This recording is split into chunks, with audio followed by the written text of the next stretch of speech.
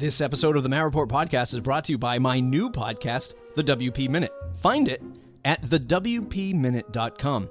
Jump on the email list to know when the first episode drops over at thewpminute.com. Get the top headlines in WordPress news in 5 minutes every week. It's a new audio experience packed with WordPress news and a fun-sized podcast episode. Know the WordPress headlines before you finish that first cup of coffee for the day. Get on the list at thewpminute.com. That's thewpminute.com. Easy Support Videos now loading over at easysupportvideos.com. That's easysupportvideos.com. It's a fun way to support and educate your WordPress customer or website users using video and small snippets of text.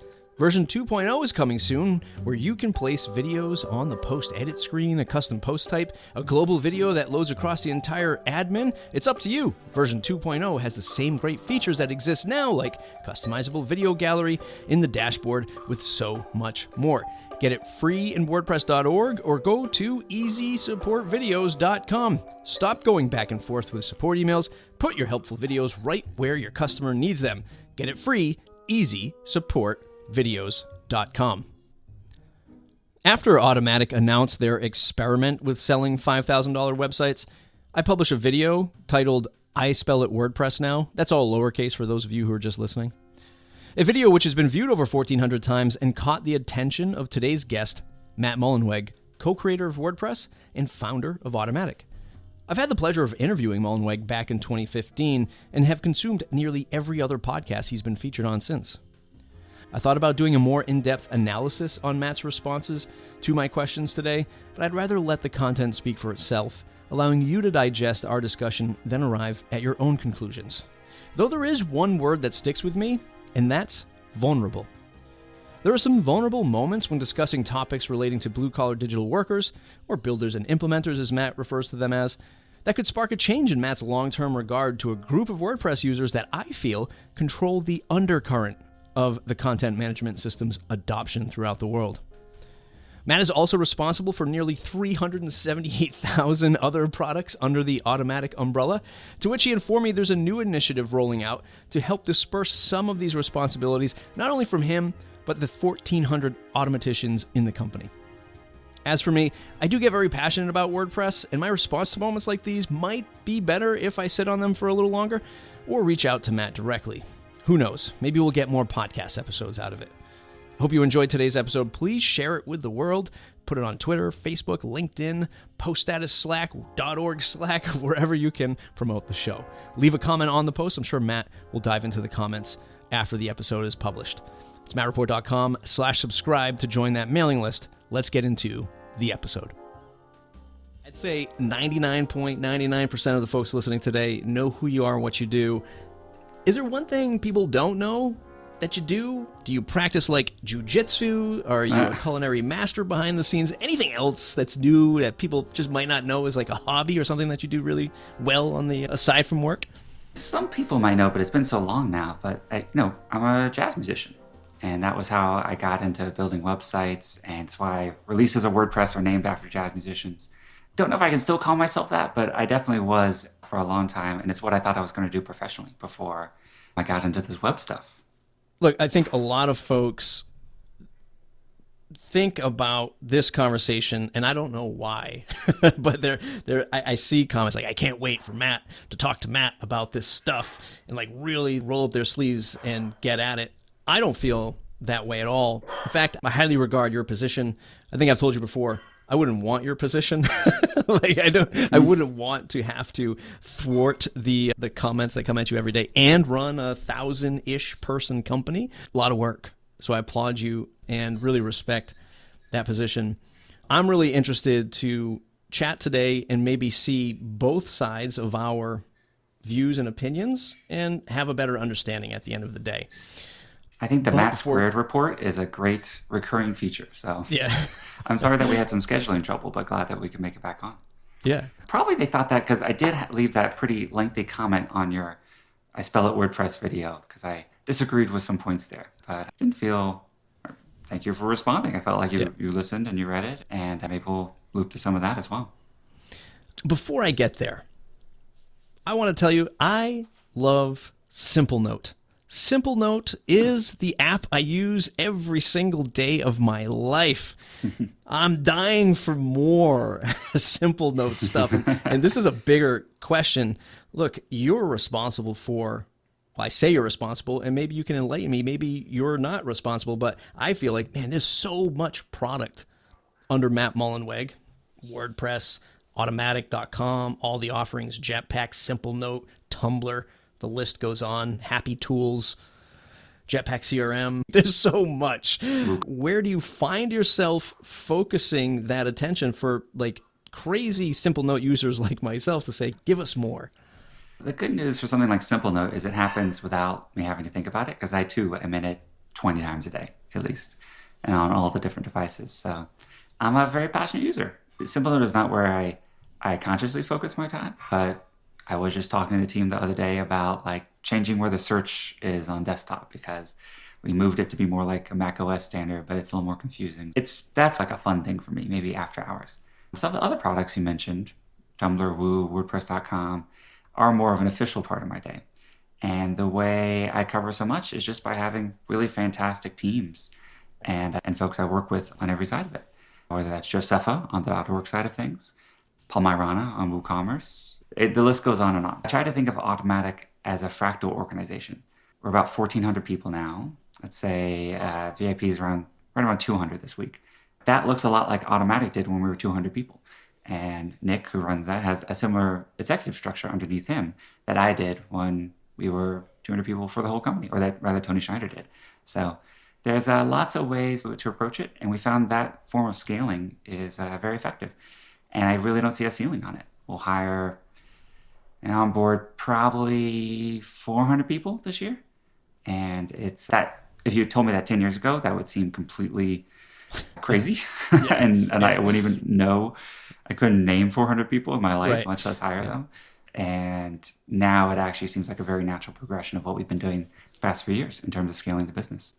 Do you look at these endeavors? And I think of course, now I'm forgetting the gentleman that I interviewed about Simple Note. I think you call them, are they called long bets? Is that like the code name internally? Yeah, internally, we other bets. Other bets. The long bets would also be a great name. Yeah. And I'm part of the Long Now Foundation, so that would be a good one. They are often long-term, but they're things other than our main areas, which is basically consumer subscriptions, e-commerce, and enterprise are the three main areas Automattic focuses on.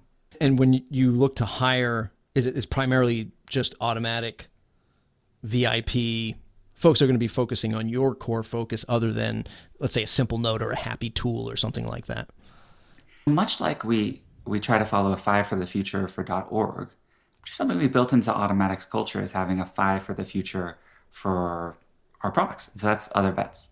So we try to have about 5% of the company focused just on contributing .org, and then about 5% of the company working on things that are going from 0 to 1. So they're in that pre-product market fit phase of building things. That's a little less right now. I think we're good on the .org side, but we're a little low on the other bets. And that's just because it's been a busy year. And particularly with things like the turnaround for Tumblr and others, we want to make sure that we have enough people on things to see like an acquisition through. It's the biggest mistake companies usually make with acquisitions is they spend a ton of time leading up to it and buying the company, and then they don't pay as much attention to it afterwards. And for example, for Tumblr, we want to make sure that we have the best team possible to grow that potential, which is tens of millions of monthly active users blogging, which is really cool. So let's get them the best darn blogging capabilities and see what happens. Is that something that when you look at Tumblr, do you look at, this might be getting, I don't know, maybe into too much of the secret ingredients of all of this stuff, but does that look, when you make an acquisition like Tumblr, do you say, yeah, we're going to run Tumblr as an independent business and we will focus on that, on its business model to monetize Tumblr? Or do you see that more of, how do we integrate this more into a .com feature, like Tumblr powered by .com, Tumblr powered by Gutenberg? Like, how do you see that synergy happening, if there even is one? Yeah. So, I mean, internally, we try to have kind of 3-year plans for every business, where the first year is fairly high resolution, and it gets a little fuzzier the further out you get, which is okay. Same thing with an acquisition. We try to say, okay, what's the 3-year plan for this? On the 3-year plan for Tumblr, the initial parts are very much advertising focused since that's been their business model thus far. But as we get into year 2, which we are now, and 3, I think there's a very interesting e-commerce and membership opportunity for Tumblr. Some really passionate creators, so much happening there. So much culture is still happening on Tumblr and originating on Tumblr. And then I have said publicly, and it's still on the roadmap, to switch Tumblr to be powered by WordPress. So imagine how we have Calypso for WordPress.com, which is a JavaScript essentially client to talk to multiple WordPress sites at once. And it's what you load when you visit WordPress.com. It's totally open source. Tumblr has an equivalent they call Redpop, which is, again, a React-powered JavaScript client to their API. Imagine that API or that client, so you have the exact same Tumblr interface, but it's talking to a WordPress API instead. That would be a probable first step for how we start to switch over their sites. But there are a massive number of blogs there, I think over 500 million. So obviously not all active, but it is a fairly large migration task when we do that. Yeah, certainly not just pick it up, throw it on your S3 bucket, and off to the races you go for any stretch of the imagination. Let's talk more about the recent shift, or it's not even a shift really, because as you said, this might just be an experiment with the, I don't even know what the proper title of it is. It's website services by Automattic or .com or something like that. I'll try to quickly preface this to give you hopefully a bird's eye view of my take and my reasoning for being so passionate about this stuff. First and foremost, love WordPress, defend WordPress. Doesn't matter what hill I'm dying on. It's always WordPress. I'm a mentor in a local accelerator, and I see all these people going Wix and Squarespace, and I'm just like, you got to use WordPress. And as painful as it might be for very beginner users, it's getting better. When I see, in the impetus behind the original video, I spell it WordPress now, you have to take a look back at many years ago as somebody who was trying to monetize a WordPress plugin, trying to break into the space. There's a lot of threads of thought here, but it's just many years of just not feeling, appreciated is not the right word, it's the first one that comes to my head, but you try to submit a theme to the theme team. Now, you remember, this is a decade ago. We don't like ads. We don't like upsells. There's this, you look at WordPress.org repository from a 50,000 foot view, and why isn't this just theme for us now? Tax me to be here, happily pay the tax to have an ecosystem that I can tap into, a la Shopify and Webflow and things like that. And then I also see from the Shopify and Webflow side, partnerships, open app store, like that kind of thing, being a lot more open. And what I feel is a constant shift into moving all things, the best WordPress experience, moving all things to Jetpack and to WordPress.com. And then the icing on the cake is we'll build your website now. So then there's a lot going on there. There's a lot going on. I don't know if I agree with all those assumptions, but we can talk through them. There's a lot of deep roots here, Matt. So I have this thing. Start 10 years ago when you said let's start 10 years ago. Blue collar digital worker.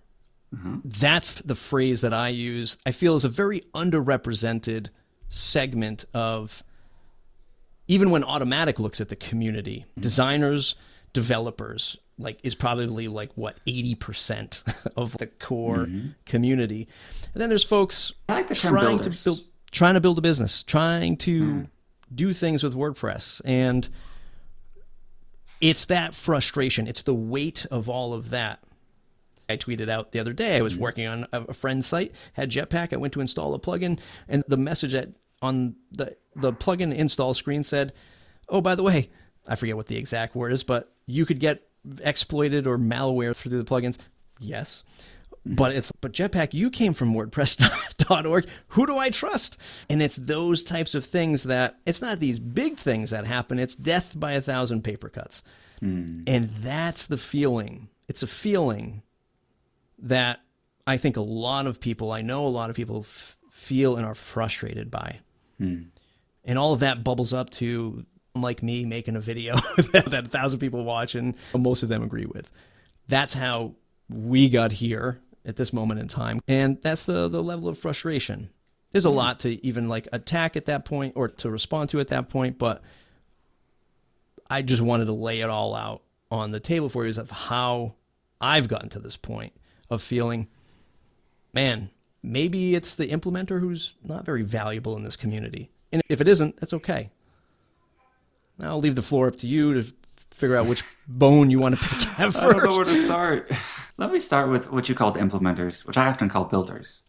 I do agree that they're not always the most prominent in like core discussions. Sometimes these people are busy. They're building sites for people, so they might not be in our Slack or things like that. I take it as a personal responsibility to stay very connected to that community and try to represent their needs in the core direction. I would argue that Gutenberg itself was largely in response to what I was hearing from, I would say, smaller builder shops.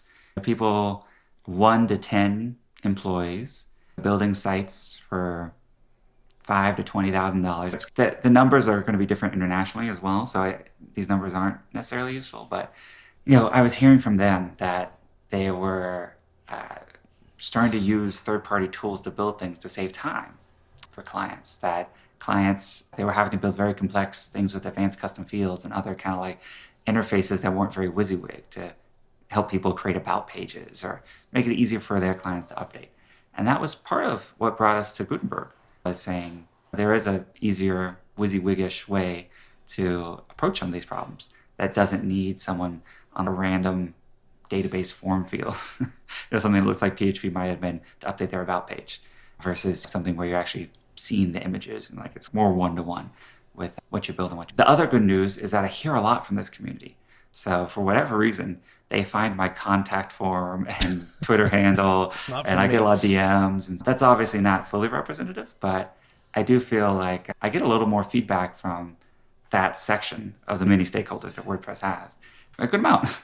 I would love more. So if there's anyone listening to this that wants to just share with me your story about how WordPress is working or not for you, your favorite plugins, all this, like what's beautiful is every story is valid.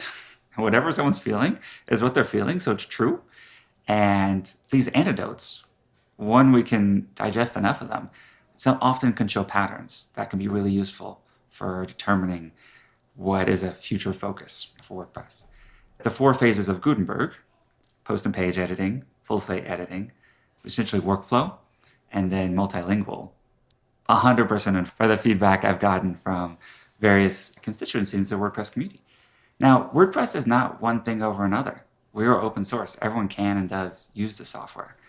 And I think one of the beautiful tension that we maintain, how I like to put it is every single release making it more accessible and easier for people new to WordPress and more powerful and flexible for those who are familiar with WordPress already.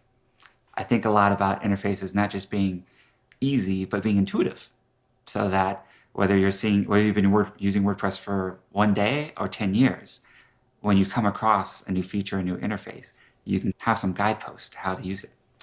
That addresses one small part of what you said, but I don't want to talk for 10 minutes, so I'll throw it back to you. There's a camp of people who are like, man, if something happens, my video, or this tiny little blip on the radar, this Jetpack thing, but Jetpack is much larger. It is the monetization play. I'll say it, I guess you could say no, but it's the monetization play from Automattic to say, we've got all of these free WordPress sites out there. How do we monetize it? Yes, how do we make the experience better for the consumer, but also how do we monetize this? It's a perfectly fine. I mean, that thing is quite obvious at this point. But anything that ever happens in this space, to defend you, people go, he's just got to make money with this stuff. I don't really care about that side of it. You and Automattic, there's nothing wrong with that in my eyes. It is the lack of that connection to looking at the community members and saying, how will this impact them? Yeah. And I think people forget that, like, now you are a 1,500 person company. Matt is no longer in the room with us building WordPress with us anymore. It's a totally, like it was maybe 20 years ago, it's a totally different ball game now. There's a lot of things at play. When you look at what like Shopify does, and I guess here's a more direct question. When you look at what Shopify does or what Webflow does with their partnerships in their communities. Do you ever see yourself going in that direction, or even formalizing a marketplace on WordPress.org to just have a component that I can just bolt into and say, here's 30% for Automattic, here's 70% for me, and we do business that way? Good set of questions there. One, for the staying in touch point of view. One thing I think which has allowed WordPress to be a lot more adaptable is the accessibility of the people building it. No matter, even if you're a very large store on Shopify, you can't join Shopify's Slack where they're building it and DM Toby. He's a nice guy, but there's not the level of accessibility. But if you wanted to join the WordPress.org Slack and DM me, you can. And by the way, people do. So don't be shy there. I also try to be on the post status Slack. I try to be very accessible because I love to learn, I love to read. So those are just things that are part of a good feedback loop. And I would say that applies to, if you look at the 500 plus people who were part of the last WordPress release, you could get in touch with pretty much any of them. And that's pretty special. There's very few things like that on the internet, certainly at the scale that WordPress is. Yeah, when I'm mad at my iPhone, I can't, hey, Tim, want to be on my podcast? Like, that's not happening. So I totally appreciate this connection and the value of that in the community. And it's things like the podcast, but it's also the little things. The one thing you said was the marketplace. We've always kept WordPress.org in particular free. So people pay 0%. And there's businesses making tens of millions of dollars a year on there. And they're not paying anything to Automattic or anyone else. There's not really any plans to build a billing system or charge for things. I think it's also perfectly fine that third-party marketplaces like a Theme Forest spring up. And they take their 30% or whatever the percentage. That's fine. Again, tens of millions or hundreds of millions of dollar businesses built on top of WordPress. And that's one of the freedoms to do. I don't see WordPress being held back by the lack of a marketplace. On the Automattic side, we do run marketplaces. So there's a theme marketplace, there's a WooCommerce marketplace. So there are different areas where we can provide access to a lot of users, maybe a one-click checkout experience, and then there's a revenue share for that. I love those models because, like what you said, people make money together. Hopefully we're selling things that we're selling to customers that would be hard to reach otherwise. And hopefully the customer is getting value out of that, and there can be a win-win. I don't see it, again, Shopify, you could ask a lot of the partners and they're not crazy about that. Remember famously MailChimp and Shopify, that big breakup. That was around very onerous terms from Shopify, the participation in the marketplace and what that rev share would be with MailChimp. Shopify is also, I think, a good example of almost an Amazon-like marketplace, which allows a bit of freedom in the marketplace and then copies it and crushes the people in the community. That I haven't really seen happen in the WordPress community, even when Automattic has moved into something like a WooCommerce. Easy Digital Downloads still seems to be doing great, and other e-commerce plugins in the marketplace. So I don't look to them as models as a good thing. And also like the Apple App Store, like the fact that WordPress itself almost got banned from the store. Like I really much prefer the more open source, open access. There is some trade-off there in terms of if someone does want a commercial solution, they might need to sign up for a new site and put their credit card in again. But to be honest, that's getting easier and easier with Apple Pay and other things. Would you say that, and I think one of the statements that came out of our last conversation almost 5 years ago was, and I think it's even more true today, is Jetpack is the best way to experience WordPress? I think a WordPress plus Jetpack is really compelling.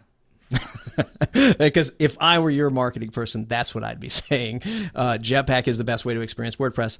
And so now let's lay a foundation to that. If all of a sudden .org had a marketplace tomorrow, it would probably impact people maybe even turning to Jetpack or potentially even utilizing some of the features of Jetpack.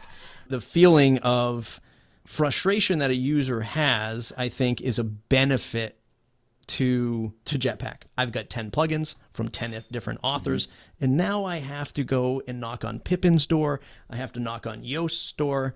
I have to go to Syed for OptinMonster, and I'm like, hey guys, what's not working on my site? How do I get this working? Your long-term success with Jetpack is to smooth all those edges out and say, you know what, we have everything here. So it's almost that Amazon model where it's like, hey, we see forms are working really well. Let's get forms in here. We see CRM. This is the craziest one, I'll admit. We see CRMs are working. Let's bring CRM Jetpack in. And it's a fair statement to say that all roads leading to Jetpack is to make that experience better. True, false? Trying to follow. What I would say is part of what Jetpack was created was what the common complaint of things not working together with each other. The vast majority of plugins that people use are free plugins, not the commercial ones. The commercial ones are the small minority. And so it's not necessarily paid things interoperating, but it's really just stuff working together. The other thing that Jetpack was created for is to important things that need a SaaS service. How can we provide those? Anti-spam being a great example, where plugin approaches to anti-spam have been ineffective, but the kind of AI approach that Kismet takes, which is part of Jetpack, has been very effective over now 15 years. So how can we essentially fund those in a... Robinhood's been in the news for the wrong reason, but let's go back to the story of Robinhood. Let's use Robinhood as it. Like, what's the bare minimum we can charge for to subsidize providing a service for free to 99% of users? And maybe that's another differentiation from like an Amazon Prime, where everyone pays to use Amazon Prime. 99% or more of Jetpack users are free. So really, it's a little bit of a hack in that there are certain SaaS things that I think make WordPress a lot more compelling, that if we charged for, it'd probably make a lot of, if we charge for stats or some of the things that are built into free Jetpack, probably make a lot of money, but WordPress would be smaller. And my goal, which means it's Automattic's goal and also a lot of WordPress's goal, we want as many WordPresses in the world. And I think it's good to put in context. You know, like you mentioned, there were some people that took the conclusion that you did around like the Jetpack notice. That got fixed really quickly, but maybe the Build It For Me program or the Do It For Me program, the 5K will build a site for you, as like some sign of a larger conspiracy, or that we're being evil, or that we're holding back this important part of WordPress, or we don't care about that anymore. But over the past 12, 13 months, there have been over 400,000 sites in the top 10 million that have come onto WordPress. That's 400,000 high-end sites, each one of those spending probably at least $10,000 a year to build, to maintain, to hiring people. And that's when you get into the likely millions of people who are making their living in and around WordPress. You know, a few of us get worked up on Twitter. And by the way, I'm part of this too. I'll reply too quickly and then that kind of escalates. But if we zoom out a little bit and look at what are the large numbers happening, even the most controversial video or something like that is probably 2 or 3 orders of magnitude smaller than just the number of sites built in the past year. And the thing I just ask people to remember as well is that Twitter is a little bit designed to get people worked up. That is its business model. And by the way, I know this, but it happens to me too. And it's just, I think it's the length. It's short. It's hard to have a nuanced conversation like we're having now in even 280 characters. It is the algorithm sort of promoting these hot takes and controversy. It's the context, meaning that I maybe saw like a political thing or an environment, like something that got me really riled up 2 tweets before I saw the screenshot of the Jetpack notice. And, you know, maybe I do believe that there's a vast conspiracy by oil companies to trick us that recycling is a thing when it's really just a way to sell more plastic, and like we have to fight this. And I'm really worked up personally about that. It's a true thing, by the way. And then I see this Jetpack notice and I'm like, there's another one. Yep. This is just as bad as Exxon and Chevron and all the kind of like grand conspiracies and the Davos and the Illuminati or whatever it might be. Like, it's easy to draw lines between things that might be large and small can seem really large on Twitter. Right. And then things happen quickly. What's the old saying? Like, disinformation can make its way around the world before the truth has a chance to put its pants on. There's just what it rewards moving quickly versus the truth, which gets out there very slowly. Yeah. I experienced that really toughly.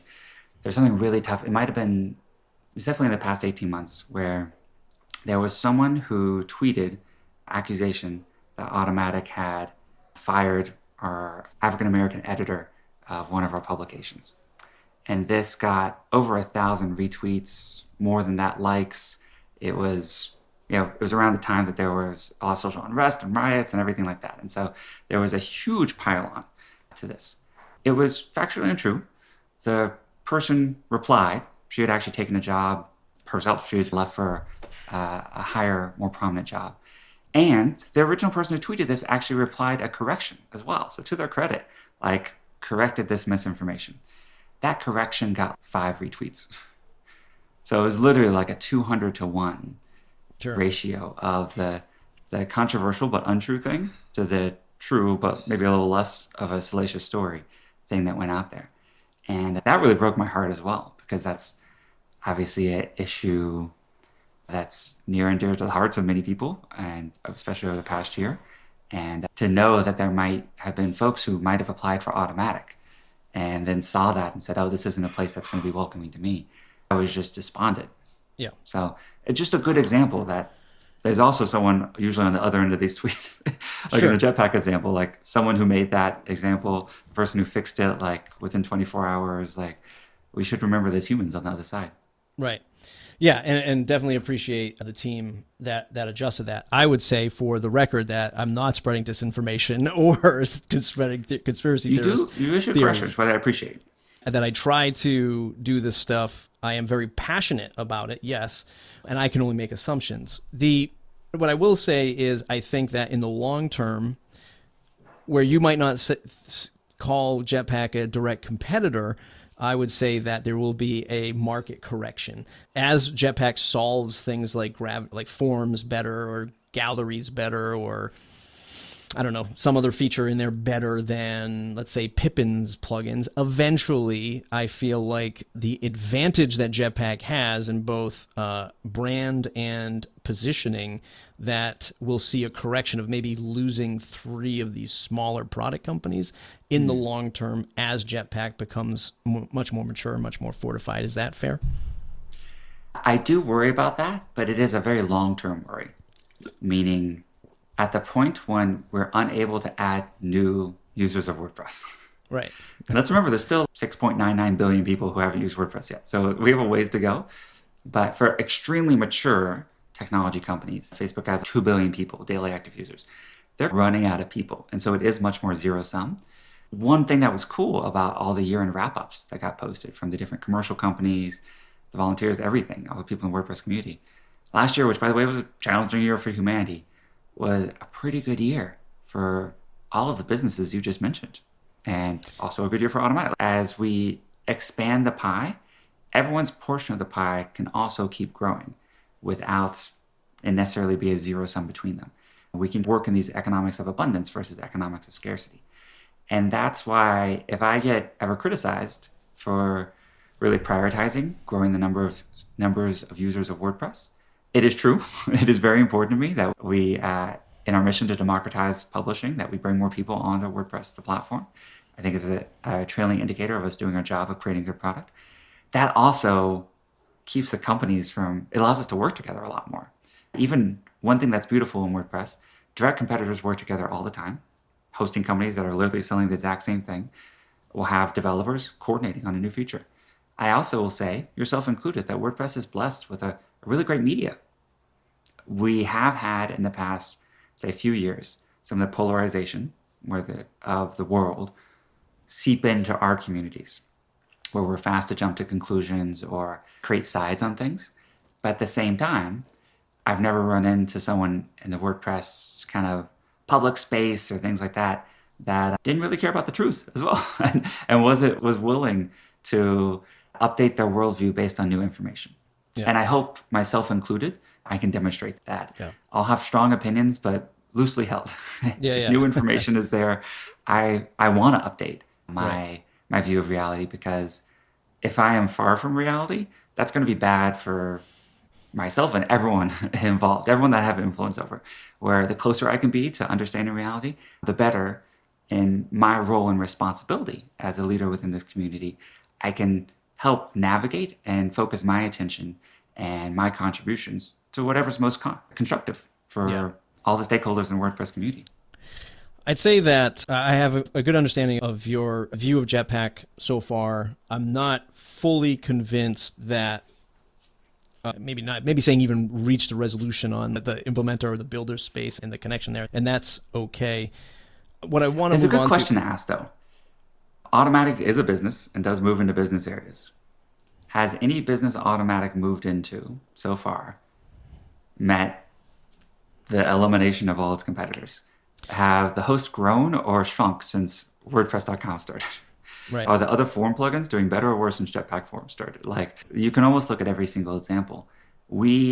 My experience has been that Automattic entering a place generally grows the market, doesn't operate in a zero-sum way. Enterprise is the same way. Right. I think this came up actually. It was a great tweet correction. It might have been Bridget or someone who said Automattic copied I forget what it was. And I don't want to misquote it, but basically the implication was we moved into the enterprise space and took the oxygen out of the room from these companies like 10up and others. And in fact, all those companies started after, CrowdFavorite, et cetera, started after VIP. And I think VIP has been a big contributor to their business growing and scaling. One of the things that I think that I've often talked about, again, when for some reason people ask me like what your thoughts are, I don't know. I don't know what matters. You're an influencer. The same name. The people say, don't you think it's just because they want to IPO and they want to do all of this and they have this investments and they need to pay back the investors and that kind of thing? My hunch is that you've had tyrannical capitalism knocking at the door to try to do something with core WordPress, WordPress.org, and with WooCommerce. And the only like real painting I've illustrated to myself and to maybe others is that you are actually defending from the monetization of core WordPress or this aggressive capitalistic play on monetizing WordPress. I think that you might be actually defending. I can't imagine the amount of emails you've deleted where people wanted to throw money at you for the sake of the greater good being WordPress, of course, and its 4 freedoms. But there has to be some loss there. And I think maybe that loss is we're going to defend this thing called WordPress and to appease investors, and to not even appease is not even the right word, but we're going to show them we have this thing called Jetpack. That is Matt's defense, your defense, to say, look, guys, don't worry about trying to monetize WordPress.org or WooCommerce directly. Let me show you Jetpack instead as a way to defend WordPress, with the unfortunate cannon fodder being the implementer or the business person. And I'm not even saying that this is a bad thing, because I can't even imagine how many times you've had to defend and put a fence around people who have said, well, if you just put an ad right here, you could make $5 million a month by putting a buy now on the install WordPress page or something like that. That's a feeling of mine. I have obviously no insight into that, but you can either speak to that or not. But I feel like Jetpack is a great way for you to say, save the core WordPress open source. This is what I focus on. If we're not talking about Jetpack, we're not talking about investing in Automattic or even looking at WooCommerce, that kind of thing. Do you think that's fair? Yeah.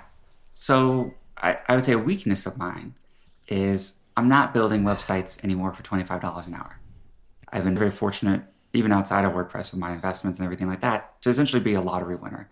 And so since my early 20s, I have not been motivated by more money, because I have more than any one person could need, but really motivated by the impact of my work and the things I'm supporting and a part of in the world. And the toughest thing within any open source or any open community is essentially commercial interests that take too much for themselves without putting enough back. That's why we have the 5 for the Future program. It's amazing that all it takes is 5%. 95% could be doing whatever. But if every company in the WordPress community did put that 5% in, WordPress would actually be, I would say, 3 to 5 times larger than it is today. We have some amazing companies, the 10ups, the Yoast, the Automatics that do a lot of this. And I hope that more and more join in this future as they see those companies also do really well. But that is my motivation. So that, I guess the bright side of that is it would be really hard to bribe me. The downside of that is that I do need to do extra work to stay in touch with the builders, with everyone else that you talk about, the other companies. And so that's why I just try to have that open door policy. I had a Zoom with one of the large agency folks yesterday. and just hearing like, how's their business going? What's the latest? What are they hearing from their clients? What are they building on Gutenberg versus others? How are they bidding against other things in the market? How's Adobe Experience Manager doing? So these things are really helpful because I do have the part of the world that I work in every day. And so I need help to stay connected to all the rest of the things going on in WordPress. You said you're 1 week. That was 1 week. I think, man, you do a lot. You do too much, Matt. You do too much. Like that. You let it go. Like you said, you felt very personally responsible for the builders. When I jokingly, maybe it doesn't come off as a joke, when I say things like a PR agency or stuff like that, like I think you need to just give someone that role to really stay grounded to that, and then maybe report to you or something like that. I feel like I don't know, this is just me speaking bluntly. I feel like you wear too many hats, but kudos to you for balancing it for 20 years. So I'm always putting hats on and taking hats off. Yeah. A good example is I was actually personally running WordPress.com last year. And so that was a lot of work. Yeah. And part of doing that was also identifying someone I could pass that hat to. Yeah. Actually, we just started a new framework inside Automattic called Hats that sort of shows that like many roles, especially in a fast growing company, you might take on and put off without necessarily a title change or something like that. So we need to be flexible to do things differently. I really do look up to, these are flawed role models, but folks like Elon Musk or Bill Gates or folks who can stay highly technically connected to every single part of the business and then use that knowledge to help navigate. Because I do believe that the more layers of abstraction you're dealing with, the further away from reality you are, and the harder it is to understand what's really going on. So we do obviously hire lots of people that do the things I used to do things instead of me.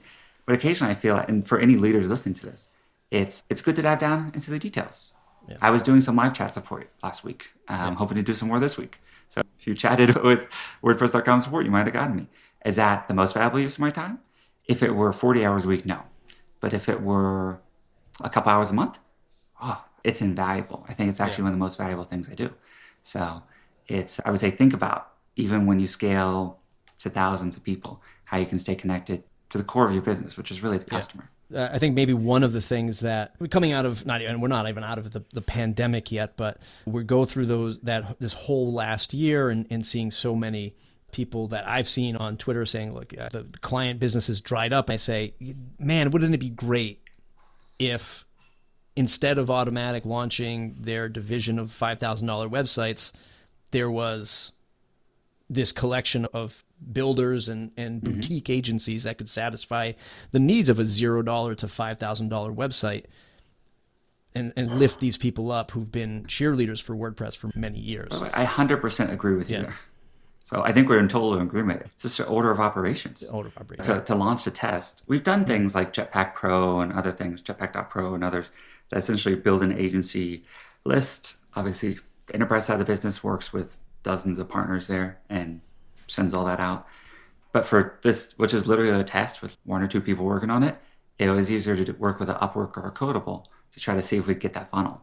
Because it's no good for us to bring in 20 or 1,000 agencies if there's only 5 clients a month going through it. We need the flow first. Yeah. And so just from the order of building it, like to test this concept to see whether this is even something people signing up for WordPress.com want. It was just what the resources this thing was. I really did mean it was an experiment. When the experiments go, I think that's when you start to say, okay, how do we open this up? It is very clear, and I've said this before, Automattic is not a consulting company. We're not a people shop. And we're very much all about technology and engineering and algorithms and that sort of deep tech and SaaS services and that sort of stuff is where we're always going to focus. So any place where we're able to send out consulting or building or something like that, we're going to look for the opportunities to do, because that's just how we've defined the business. It is pretty core to our identity. There's also things like jobs.wordpress.net that we do need to loop back on and do a better job of. I noticed actually as part of that discussion that the link to jobs.wordpress.net had fallen off the footer of WordPress.org. By the way, for those who don't know, which is probably almost everyone, this is a free job listing site where people can list people they want to hire or look for jobs in the WordPress world. That should probably be way bigger. Maybe also someplace where we charge a de minimis amount to keep out spam and stuff. So that might be someplace where we say it's $5 to list a job or something. That just go to the WordPress Foundation. But again, if we ever charge for things, it's usually for to keep the quality high, like why do we charge for WordCamp tickets?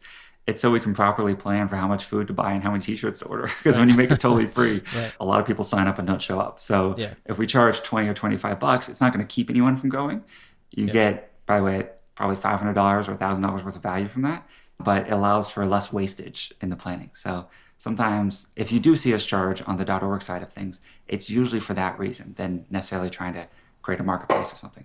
And a lot of people don't know this, but .org doesn't have, the WordPress Foundation has no full-time employees. There's 0. And so that is a design goal. So when you say make a marketplace, it's not even a small marketplace. I need to hire 20 or 25 people building the billing systems, handling refunds, doing support, all these sorts of things. And we do try to keep the employee base of the WordPress Foundation totally 0. Now we have lots of people working full-time on WordPress, but they are generally sponsored or volunteering or doing that as part of, they're employed by someone else. So that's just also something good to put out there because a lot of people don't realize that. Let me just drill down on that one specifically, because it was a note that I had, but I skipped over it.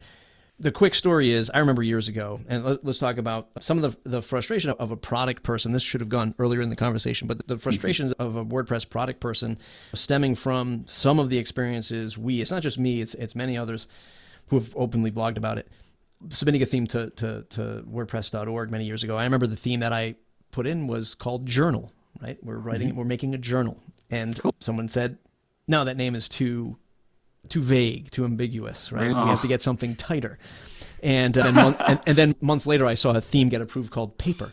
And I was going, wait a minute, journal, paper, what's the difference? So it's this is a small blip in the galaxy of events, but it's those types of things where it's largely led by volunteers. Yeah. And people should not be upset at the volunteers. It's the nature of the structure. And this is where I think people turn to and say, if you made it a paid marketplace, there's probably, and you probably know this better than I do, there's probably $1 billion that flows through WordPress.org. There's probably something in there where we could carve out some money to pay for a team. It's not an easy task, but one that I think could still be very profitable. I could be totally wrong. So that is a feeling. And it's not just me. Many people echo this feeling of, why is it free? Why is it volunteered? Why are they making decisions, commercially based decisions, those types of things? Any thoughts on that? It's one of the, I think, biggest mistakes I've seen as a meme in the WordPress world, that free cannot mean high quality. And I think WordPress itself, largely developed by volunteers. Again, 95% of the contributors are not paid or sponsored by any company. That you can actually have something that's world-class, the equivalent of millions of dollars of value, if you were paying Adobe or someone for a CMS that wasn't as good as WordPress, developed for free by volunteers. Wikipedia, like there's so many examples. Bitcoin, gosh, never underestimate the power of people passionate about an area, working on it together for love, not money, and doing so in a way where the ownership of it is shared. So if anything, I want to encourage a lot more of that. Doesn't mean people can't make money. It just means that let's never assume that just because something is free, the free theme can't be the best darn theme in the world. The free page builder can't be the best darn page builder, not just in the WordPress world, but in the entirety of all CMSs with Gutenberg. So there's ways to do it. And so if you ever find yourself saying that, just question that assumption, because there's so many counterfactuals to it. Do you ever feel like you're just getting started with WooCommerce?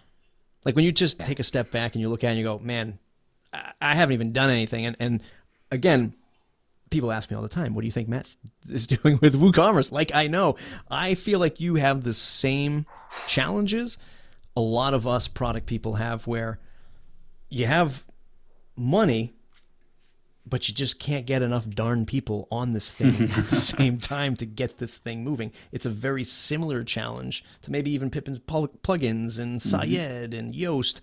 It's not the money, it's the time, it's the people, and getting that all in sync.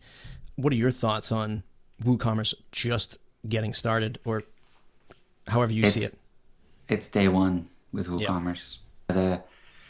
When you look at the potential there, I often say that WooCommerce is where WordPress was in 2008.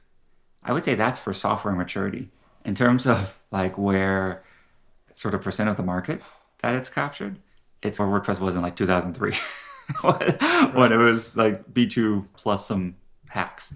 There's just so much there. And probably a good place to mention that Automattic is hiring for 30 or 40 open roles. So whatever, if you're a copywriter, if you're a support person, if you're a salesperson, like we are hiring as fast as possible.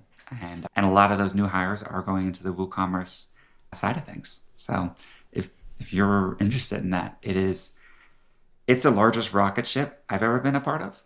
And if we do it right, it is not just bigger than all the rest of Automattic's businesses combined, but probably maybe like a 2 to 10x bigger. That's tremendous.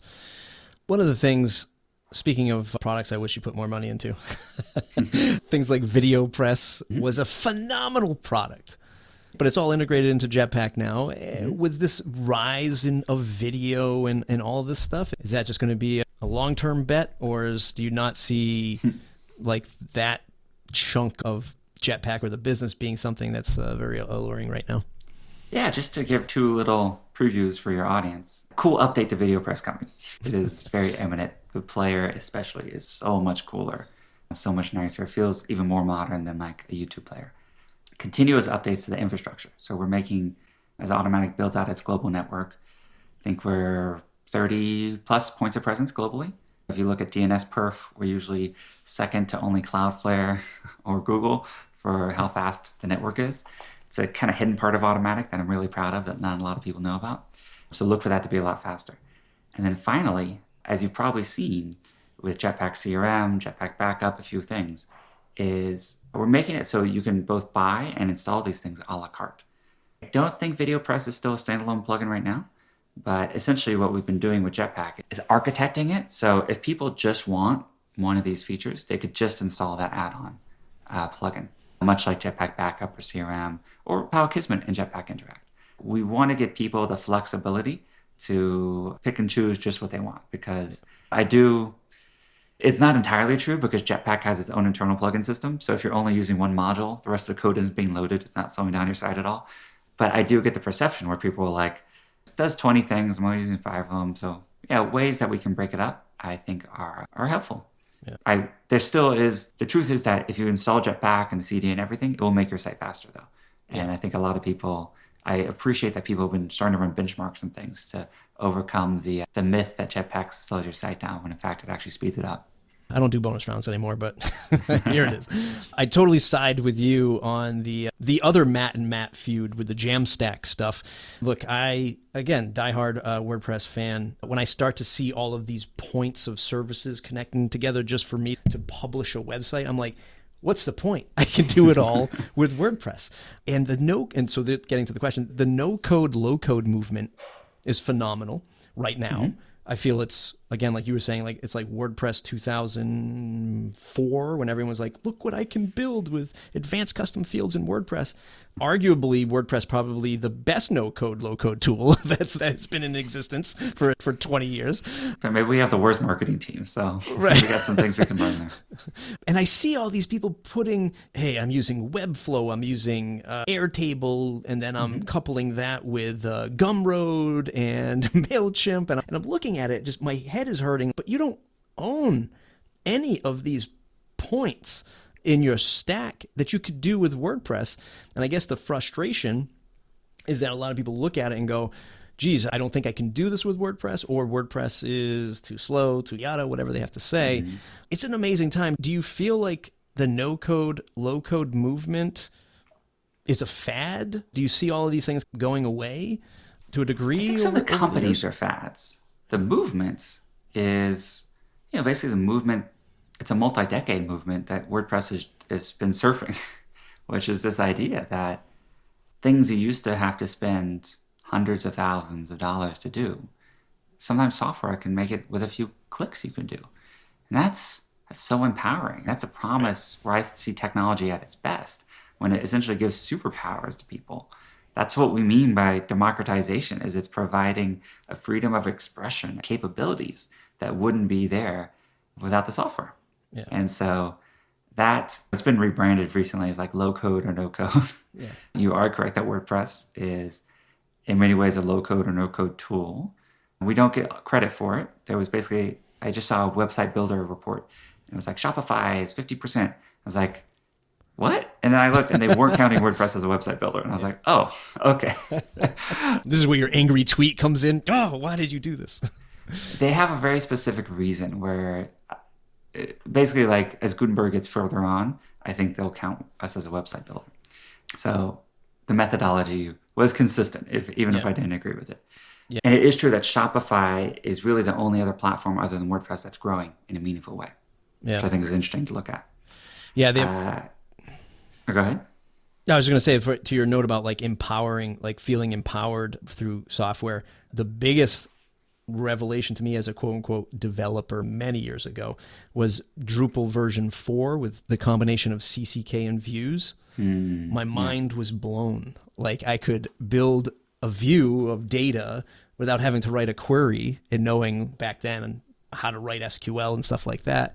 And it was like, wow, this is magical. Those are moments that you feel powerful when you're able to do that kind of thing. I think where there's a huge opportunity for the WordPress community, including individual bloggers, is in education and tutorials. So let's say there's something, when you just listed the Webflow plus Airtable and Gumroad, and each name you listed there is a business with sometimes hundreds of employees that's making millions and millions, probably tens of millions of dollars. And so they invest a lot into essentially user education, tutorials, conferences, things like that. We need to do a lot better job at writing the walkthroughs. Did you ever see a video game walkthrough? It's like, here's how to get through Super Mario or something like that. Like, all these things are possible with WordPress. But some of those levels, the boss monster is really hard and people don't make it past it. Yeah. So if there's a little bit of a tutorial or a walkthrough, that's really valuable. And I think it's also important for these to come from folks without necessarily a commercial interest. There are a lot of the tutorial. If you Google for a lot of things around WordPress, you end up on affiliate sites and people who are just trying to sell you a particular thing. And we need a lot more of that. Here's the best way to do it. Maybe it says you should buy something. Maybe it doesn't. Maybe there's a free alternative. And so I think that's the downside, as well as almost every WordPress company has an affiliate program. Sometimes the sort of free and unbiased tutorials and things are just shilling for one individual. Let me step in as your PR coach, Matt. Nope, let's avoid that. There's a lot of people listening to this who are WordPress YouTubers, myself included, but I don't use a lot of affiliate links. I'm not saying there's anything wrong with affiliate links, no. But I think what's beautiful is you want to promote the best solution. Right. And have the integrity to say that maybe something that's not paid might be the best solution for this particular thing. 100%. Matt Mullenweg, thanks for taking some time out of your day to reach out and have this discussion. Obviously, folks can find you everywhere: Twitter, your blog, MA.TT. Yeah, Photomat, PHOTO, MAT on Tumblr, Instagram, and Twitter. I'm trying. One of my resolutions is to fight less on Twitter, so I'm trying to use that one a little less. There. I could do a lot more if I use Twitter less. So watch out, 2021. Taking it by storm. Everyone else, mattreport.com, mattreport.com/subscribe to join the mailing list. We'll see you in the next episode. Hey, and Matt, thank you so much. I really appreciate this. I appreciate it as well, Matt. Thanks a lot.